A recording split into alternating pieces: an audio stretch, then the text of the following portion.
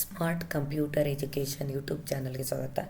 ಇವತ್ತು ನಿಮಗೆ ಈ ಒಂದು ವಿಡಿಯೋದಲ್ಲಿ ನಾನು ಟ್ರಯಲ್ ಬ್ಯಾಲೆನ್ಸನ್ನು ಟ್ಯಾಲಿಯಲ್ಲಿ ಹೇಗೆ ಪ್ರಿಪೇರ್ ಮಾಡ್ತೀವಿ ಅದ್ರ ಬಗ್ಗೆ ನಿಮಗೆ ಇನ್ಫಾರ್ಮೇಷನನ್ನು ತಿಳಿಸ್ಕೊಡ್ತಾ ಇದ್ದೀನಿ. Trial balance is an financial report sowing the closing balance of all accounts in the general ledger of point at time. ಅಂದರೆ ಒಂದು ಬಿಸ್ನೆಸ್ನ ಫೈನಾನ್ಷಿಯಲ್ ರಿಪೋರ್ಟ್ನಲ್ಲಿ ಇದು ಕ್ಲೋಸಿಂಗ್ ಬ್ಯಾಲೆನ್ಸನ್ನು ಶೋ ಮಾಡುತ್ತೆ. ಹಾಗೆ trial balance is report of credit and debit entries in the business.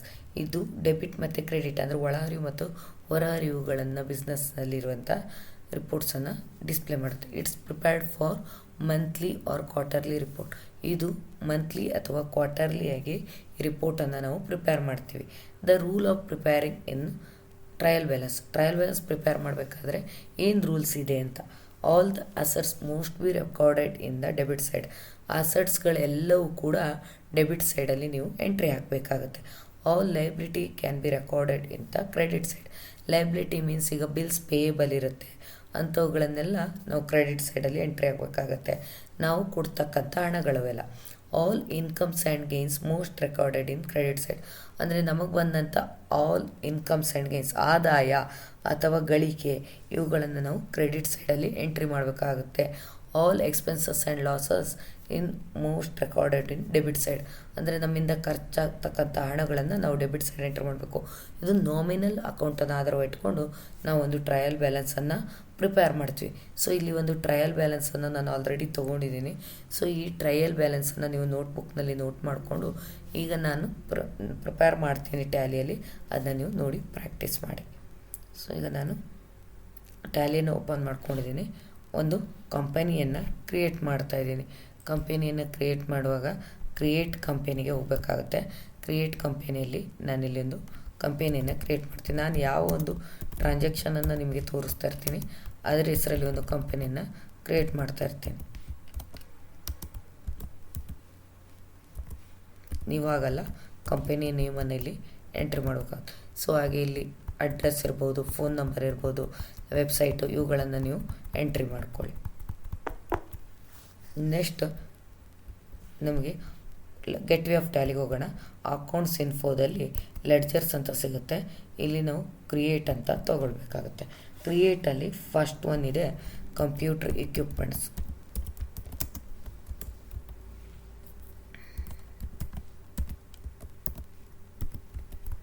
Computer equipments ಒಂದು fixed assets under ಅಡಿಗಡೆ ಬರುತ್ತೆ. ಇದು ಒಂದು ಇನ್ವೆಂಟ್ರಿ ಅಂದರೆ ವಸ್ತುಗಳಾದ್ದರಿಂದ inventory values are affected as ತೊಗೊತೀನಿ. ಹಾಗೆ ಇಲ್ಲಿ ಅಮೌಂಟನ್ನು ಎಂಟ್ರಿ ಮಾಡ್ತೀನಿ ನಾನು. Next equipments.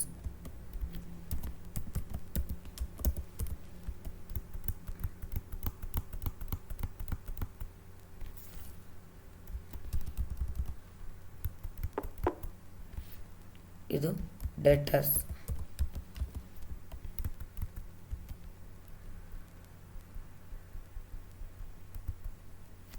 ಇಲ್ಲಿ ಮೇಂಟೈನ್ ಬ್ಯಾಲೆನ್ಸ್ ಬಿಲ್ ಬೈ ಬಿಲ್ಲನ್ನೇ ಎಸ್ ಮಾಡ್ಕೋಬೇಕು. ಯಾಕಂದರೆ ಯಾವ ವ್ಯಕ್ತಿಯ ಹಣಕಾಸು ವಿವರವನ್ನು ತೋರಿಸ್ಬೇಕಂತ ಕೇಳುತ್ತೆ, ಹೌದು ಅಂತ ನೀವು ಕೊಡಬೇಕಾಗುತ್ತೆ.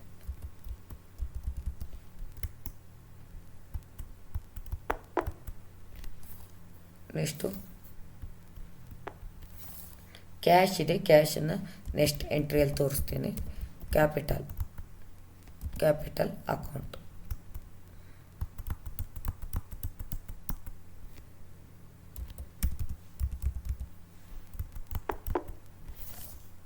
Next drawings.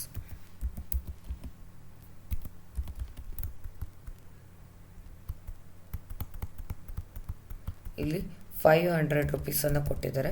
ಇದು ಕ್ರೆಡಿಟಿಗೆ ಹೋಗುತ್ತೆ, ಇದನ್ನ ಡೆಬಿಟ್ ಮಾಡಿ ಅಂತ ಕೊಟ್ಟಿದ್ದಾರೆ. ಸೊ ಅದರಿಂದ ನಾನು ಡೆಬಿಟಿಗೆ ಕೊಡ್ತಾ ಇದ್ದೀನಿ.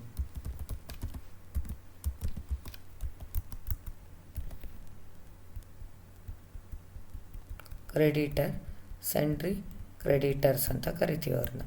ಅವ್ರದ್ದು ಕೂಡ maintain bill balance bill by bill ಎಷ್ಟು ತೊಗೋಬೇಕು, 5500.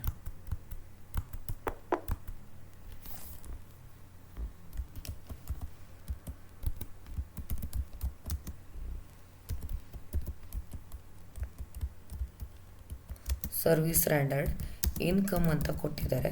ಸೊ ಅದರಿಂದ ನಾವು ಏನು ಹಾಕ್ಬೇಕು, ಅದಕ್ಕೆ indirect ಇನ್ಕಮನ್ನು ತೊಗೋಬೇಕಾಗುತ್ತೆ.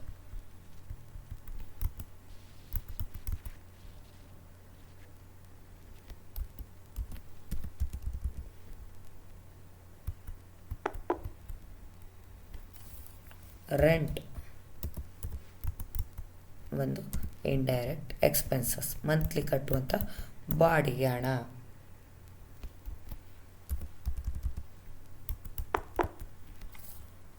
Next salary and wages. Salary ಅಂದರೆ ಸಂಬಳ, ಮಂತ್ಲಿ ಕೊಡುವಂಥದ್ದು. ವೇಜಸ್ ಅಂದರೆ ದಿನಗೂಲಿ, ಡೈಲಿ ಕೊಡುವಂಥದ್ದು. ಅದು ಒಂದೇ ಆಗಿದ್ದರೆ ನಾವು ಸ್ಯಾಲ್ರಿ ಒಂದೇ ಆಗಿದ್ದರೆ ಇಂಡೈರೆಕ್ಟ್ ಎಕ್ಸ್ಪೆನ್ಸಸ್ಸು, ವೇಜಸ್ ಒಂದೇ ಆಗಿದ್ದರೆ ಡೈರೆಕ್ಟ್ ಎಕ್ಸ್ಪೆನ್ಸಸ್ ಬರ್ತಾಯಿತ್ತು. ಸೊ ಇದೆರಡು ಒಟ್ಟಿಗೆ ಇರೋದ್ರಿಂದ ಇಂಡೈರೆಕ್ಟ್ ಎಕ್ಸ್ಪೆನ್ಸಸ್ಸಲ್ಲಿ ನಾವು ತೊಗೋಬೇಕಾಗುತ್ತೆ. ಯುಟಿಲಿಟಿ ಎಕ್ಸ್ಪೆನ್ಸಸ್, ಇತರೆ ಖರ್ಚುಗಳು ಅಂತ ಹೇಳ್ತೀವಿ. ಯುಟಿಲಿಟಿ ಎಕ್ಸ್ಪೆನ್ಸಸ್ ಅಂಡರ್ ರೂಪ್ ಬಂದು ಇಂಡೈರೆಕ್ಟ್ ಎಕ್ಸ್ಪೆನ್ಸಸ್.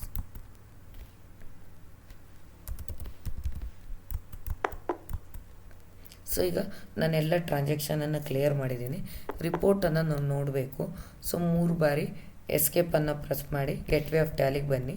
ಇಲ್ಲಿ ಡಿಸ್ಪ್ಲೇ ಅಂತ ಇದೆ, ಟ್ರಯಲ್ ಬ್ಯಾಲೆನ್ಸನ್ನು ಚೆಕ್ ಮಾಡಿ. ಇಲ್ಲಿ ಒಂದು ಕ್ಯಾಶನ್ನು ನಾನು ಪೆಂಡಿಂಗ್ ಇಟ್ಟಿದ್ದೀನಲ್ವ.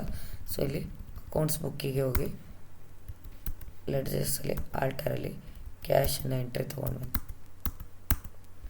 5,44,500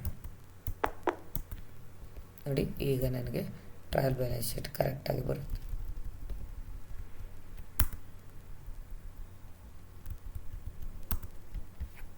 ನೋಡಿ 7,44,000. ಇಲ್ಲಿಯೂ ಕೂಡ credit and debit balance same ಇರುತ್ತೆ. ಕ್ಲೋಸಿಂಗ್ ಬ್ಯಾಲೆನ್ಸನ್ನು ಇದು ಶೋ ಮಾಡುತ್ತೆ. ಇಲ್ಲೇ ಕಾಣಿಸ್ತಾ ಇದೆ ನೋಡಿ, closing balance, debit and credit balance ತೋರಿಸುತ್ತೆ. ನೆಕ್ಸ್ಟ್ ಇನ್ಕಮ್ ಆ್ಯಂಡ್ ಎಕ್ಸ್ಪೆನ್ಸಸ್ ರಿಪೋರ್ಟನ್ನು ಕೂಡ ಇದು ಡಿಸ್ಪ್ಲೇ ಮಾಡುತ್ತೆ. ಸೊ ಇದರ ಡೀಟೇಲ್ ರಿಪೋರ್ಟ್ ಬೇಕಾದರೆ Alt F1 ನೀವು ತೊಗೋಬೇಕಾಗುತ್ತೆ. Alt F1 ಪ್ರೆಸ್ ಮಾಡಿ, ಆವಾಗ ನಿಮಗೆ ಇಲ್ಲಿ ಡೀಟೇಲ್ ರಿಪೋರ್ಟನ್ನು ನಿಮಗೆ ಇದು ತೋರಿಸುತ್ತೆ. ಸೊ ಮುಂದಿನ ಒಂದು ವಿಡಿಯೋದಲ್ಲಿ ಇನ್ನೊಂದು ಟ್ರಯಲ್ ಬ್ಯಾಲೆನ್ಸ್ ಜೊತೆ ಬರ್ತೀನಿ. ಅಲ್ಲಿವರೆಗೂ ಟೇಕ್ ಕೇರ್, ಬಾಯ್.